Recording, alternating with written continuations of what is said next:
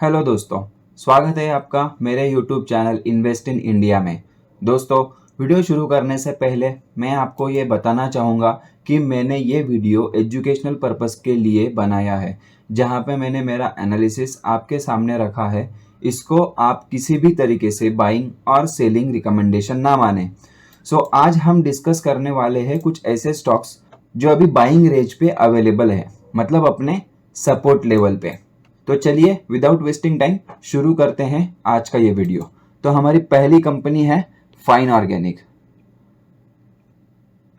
तो दोस्तों, fine organic ये भी एक लीडिंग कंपनी है ओलियो केमिकल बेस्ड एडिटिव्स में। तो ये जो ओलियो केमिकल बेस्ड एडिटिव्स होती हैं वो फूड्स में, प्लास्टिक्स में, कॉस्मेटिक्स में और कोटिंग्स में और अदर स्पेशलिटी एप्लीकेशन जो कि अलग अलग इंडस्ट्रीज में रहती हैं वो यूज़ करते हैं। ये जो ओलियो केमिकल होता है दोस्तों, ये एक प्लांट बेस्ड केमिकल होता है। तो इसका मतलब ये ऑर्गेनिकली क्रिएट करते हैं जिसके साइड इफेक्ट्स वगैरह नहीं रहते। दोस्तों, फाइन ऑर्गेनिक ये एक लार्जेस्ट मैन्युफैक्चरर है ओलियो केमिकल बेस्ड निश एडिटिव्स में and one of the largest global player in polymer additives. तो चलिए देखते हैं ये कंपनी के क्लाइंट्स कौन से हैं। तो जैसे कि आप देख सकते हो यहाँ पे Coca Cola, Britannia, Asian paints, Parle, Pidilite, Berger paints etcetera.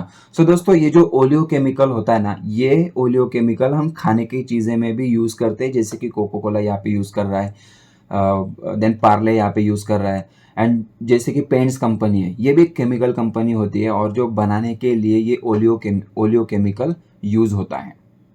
तो जैसे कि आप देख सकते हो दोस्तों, फाइन ऑर्गेनिक 460 प्रोडक्ट जिसमें फूड एडिटिव्स है, पॉलीमर एडिटिव्स है, देन कॉस्मेटिक्स एडिटिव्स है, ये सब कुछ इंक्लूड्स है। अब ये जो ओलियो केमिकल है दोस्तों, इसकी अभी डिमांड बढ़ रही है। तो इसकी वजह से जैसे कि अभी जो सिंथेटिक केमिकल्स है पीवीसी में या फिर पॉलीओलेफिन्स, देन रबर्स वगैरह में यूज़ करते हैं, तो यहाँ पे जो सिंथेटिक केमिकल यूज़ कर रहे हैं ये भी अब शिफ्ट कर रहे हैं अभी ओलियो केमिकल में। फाइन ऑर्गेनिक के लिए इसको बढ़ाए फ्यूचर में। एक और इम्पोर्टेंट चीज़ है दोस्तों, आप नोट कर सकते हैं कि ये जो ओलियो केमिकल है, जैसे कि हमने देखा कि ये फूड इंडस्ट्री में भी यूज़ होता है, खाने की चीज़ें में भी यूज़ होता है। तो इसीलिए इस पे गवर्नमेंट के बहुत सारे सर्टिफिकेशन, बहुत सारे टेस्ट होते हैं, वो हमें अप्रूव करने पड़ते हैं। तो इसकी वजह से ये जो सेक्टर है इसमें इजीली कोई आ नहीं सकता। इसीलिए ये जो लीडिंग कंपनी है फाइन ऑर्गेनिक, इसका फ़ायदा होता है। अब दोस्तों, कंपनी अपने कैपेक्स पे भी बहुत ज़्यादा ध्यान दे रही है।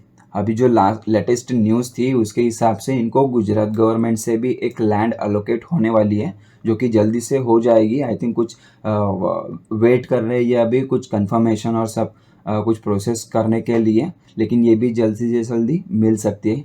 एक और न्यूज़ थी दोस्तों कि अगर गुजरात गवर्नमेंट से लैंड अलोकेट नहीं होती तो इनको महाराष्ट्र में भी कुछ लैंड मिल सकती है। 2024 के Q1 में जो इनका थाईलैंड का प्लांट है उसमें भी प्रोडक्शन शुरू होने वाला है। अब इसके रिटर्न्स देख लेते हैं दोस्तों। इसका जो मार्केट कैप है वो लगभग 14,000 करोड़ का है और 5 साल का अगर रिटर्न देखेंगे तो लगभग 458%, मतलब 450% का रिटर्न इसने रिटेल इन्वेस्टर को कमा के दिया है। और इसका अगर आप चार्ट देखोगे दोस्तों, बहुत अच्छी तरह से ग्रोथ हम यहाँ पे देख सकते हैं। अब कुछ फाइनेंशियल्स देख लेते हैं। अगर हम इसके नेट प्रॉफिट देखेंगे तो 136 से 165, देन 120, 260, 618, कंसिस्टेंट नहीं है लेकिन बढ़ रहा है।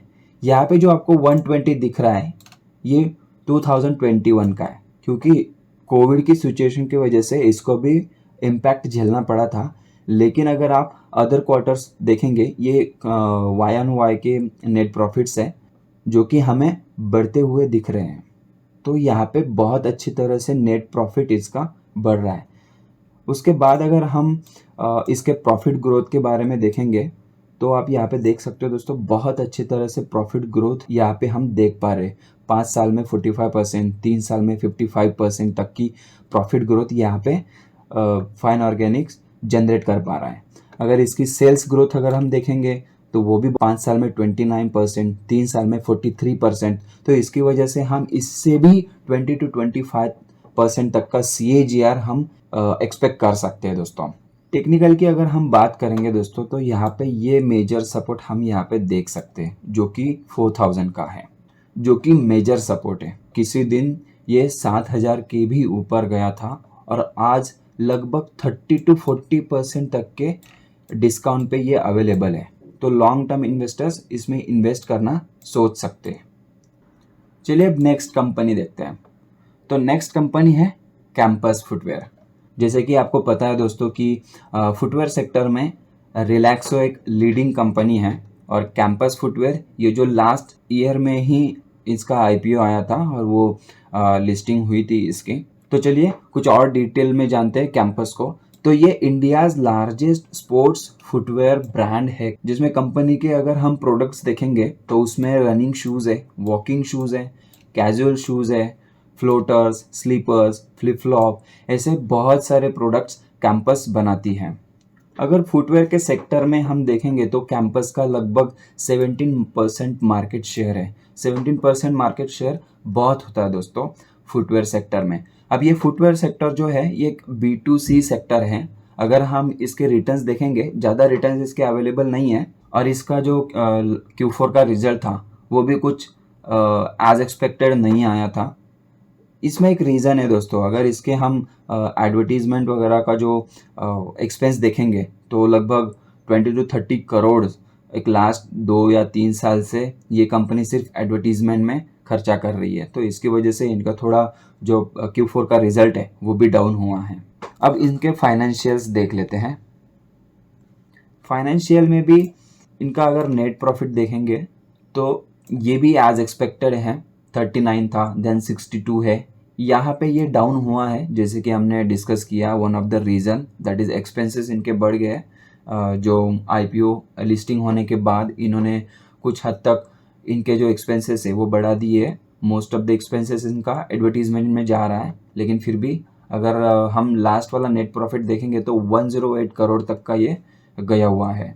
अगर इसके प्रॉफिट ग्रोथ अगर हम देखेंगे वो भी अच्छी है। ज़्यादा कुछ डेटा अवेलेबल नहीं है प्रॉफिट के ग्रोथ का, तो फिर भी 3 साल में अगर हम देखेंगे तो लगभग 41% के प्रॉफिट ग्रोथ यहाँ पे हम देख सकते हैं और सेल्स ग्रोथ भी लगभग 26% का हम देख पा रहे हैं।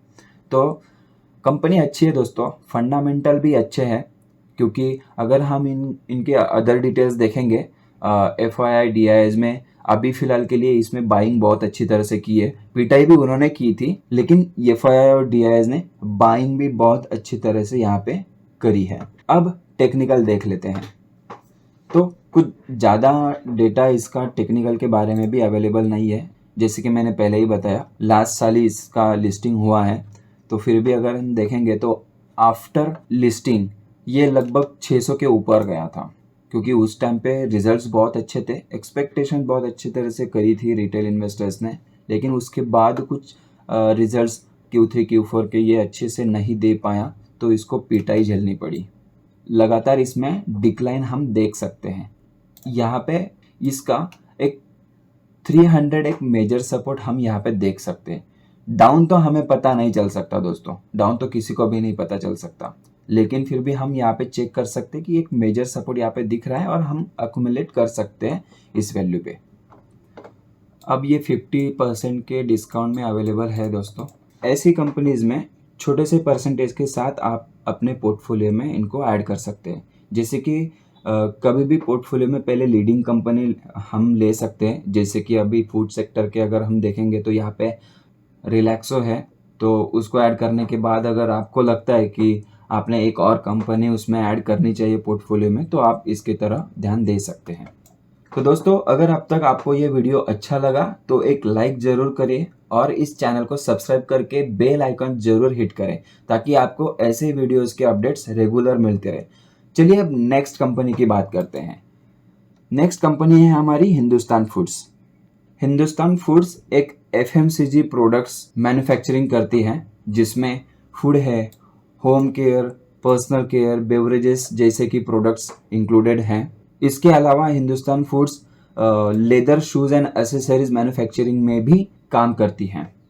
चलिए कुछ डिटेल में जान लेते हैं। तो हिंदुस्तान फूड स्टार्ट हुआ था एक जॉइंट वेंचर के साथ ग्लैक्सो स्मिथ क्लाइन कंपनी के साथ एंड डेम्पो ग्रुप। ये मैन्युफैक्चर करती थी न्यूट्रिशन फूड प्रोडक्ट्स। सो न्यूट्रिशनल फूड प्रोडक्ट जो था उसका वो जो ब्रांड था वो था फेरेक्स करके, लेकिन ये सिंगल प्रोडक्ट था दोस्तों उनका, अंडर सिंगल प्रोडक्ट ये काम कर रही थी, तो ये अच्छी तरह से प्रॉफिट कमा नहीं पाई, तो ये इन्होंने बहुत सारे लॉसेस किए वहाँ पे। तो इसीलिए इन 2013 डेम्पो फूड्स प्राइवेट लिमिटेड जो कि होल्डिंग कंपनी थी हिंदुस्तान फूड्स की, वो एक्वायर करी गई by Vanity Case India Private Limited से। तो जैसे कि हमने देखा कंपनी लॉसेस में जा रही थी क्योंकि वो एक सिंगल ब्रांड के अंडर काम कर रही थी, तो इसलिए कंपनी ने बिजनेस मॉडल चेंज करने के लिए सोचा, जहां सिंगल ब्रांड मैन्युफैक्चरिंग से कॉन्ट्रैक्ट मैन्युफैक्चरिंग में जाने का डिसाइड किया। तो जैसे कि हम देख सकते हैं दोस्तों कि HFL that is Hindustan food limited सिर्फ FMCG के सेगमेंट में ही नहीं, वो एक लेदर प्रोडक्ट्स भी मैन्युफैक्चर करती है, देन डिटर्जेंट है, पेस्ट कंट्रोल प्रोडक्ट्स है, कुछ बेवरेजेस हैं। तो इसी वजह से ये most diversified contract manufacturing company है भारत में। चलिए अब चार्ट देख लेते हैं। इसका मार्केट कैप अगर हम देखेंगे तो ये लगभग है 7,000 करोड़ के साथ, और अगर इसके हम रिटर्न्स देखेंगे पिछले 5 साल के तो वो है लगभग 600 के आसपास, मतलब लगभग 7 गुना पैसा इसने पिछले 5 साल में रिटेल इन्वेस्टर को करके दिया है। तो बहुत अच्छी कंपनी है दोस्तों, जैसे कि हमने डिस्कशन किया, इसका फंडामेंटल भी बहुत अच्छा है, मैनेजमेंट बहुत अच्छी है। तो हम फाइनेंशियल देख लेते हैं अब।